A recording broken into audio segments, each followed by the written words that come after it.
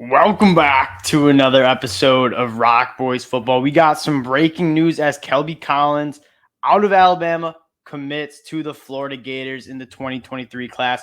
Guys, I apologize. I'm a little bit sweaty, but I wanted to come on and talk a little bit about this commitment for a couple of reasons. One, the narrative that Billy Napier can't recruit in the SEC seems to be falling by the wayside as, yes, they missed out on a few guys early on, but they are starting to pick up a lot of traction.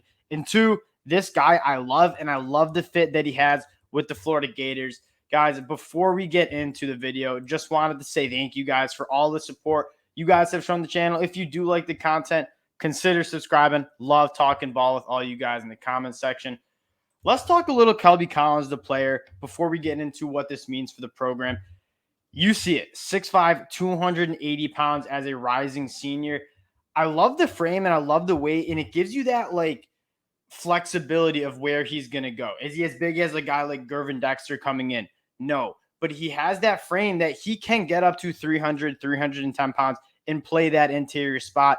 I see him as a 3-tech right now with the body weight, but he also can play edge. Like, he is pretty athletic. When I was checking out his film and highlights, he's very good on the perimeter, making plays in space too. Do I think he has the explosiveness and bend like a Brenton Cox to be an elite edge rusher? Maybe not, but I do see him more of a Zachary Carter-ish player, a heavy-handed edge guy who can go right through tackles, but also can flex inside on those pass rushing downs. And again, I love the idea of having a defensive lineman like Kelby Collins who can do a lot of different things for this Florida Gators team, especially at the defensive line position that I'm not too concerned about the talent on the Florida Gators. If I were concerned about the talent and depth at a position, it would be the defensive line. Outside of Gervin Dexter, on the inside, there's not a ton of guys I feel great about. And so getting some guys like a Kelby Collins, you feel good about. You feel good about adding to that talent and that depth pool for Billy Napier. I want to take a look at the recruiting class as a whole. Again, the big narrative has been Billy Napier struggling to recruit at the SEC, recruiting the big dogs. They're all the way up to the 12th class in the country in 2023 with 18 commits. Kelby Collins on 24/7 is going to headline this class as a top 70 player.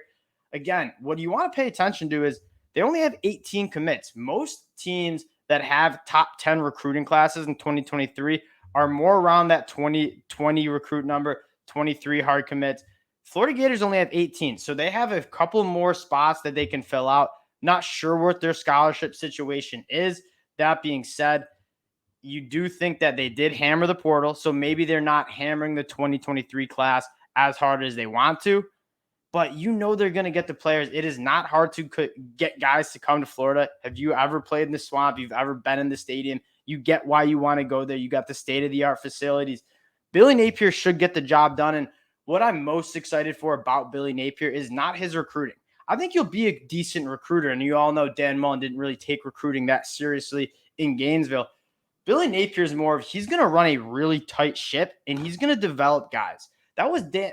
If you had one gripe with Dan Mullen, I'm sure the Gators fans have a lot of gripes, as do I. I thought he did not do a very good job the last 2 years, is the development of talent the last couple of years have just not been good. Guys like Gervin Dexter did not take that step. Brenton Cox, Ventrell Miller got banged up. There's a really, really talented guys on the defensive side of the ball that just did not take that step. And then even on the offensive side of the ball, what happened with the quarterback situation, not developing Emory Jones, not letting Anthony Richardson really take the reins. So ultimately why he got fired. But again, Billy Napier is a guy that at ULL did a very good job, not necessarily with the best talent in the world, developing those guys into really, really good football players, and they won a lot of games. Billy Napier is not the problem with Billy Napier is not going to be acquiring talent at Gainesville. You want to see him develop that talent, and he's getting the talent, and I'm really confident that he's going to develop that talent and change that culture. It seemed really loose in Florida the last couple of years. Guys weren't necessarily taking the sport that seriously.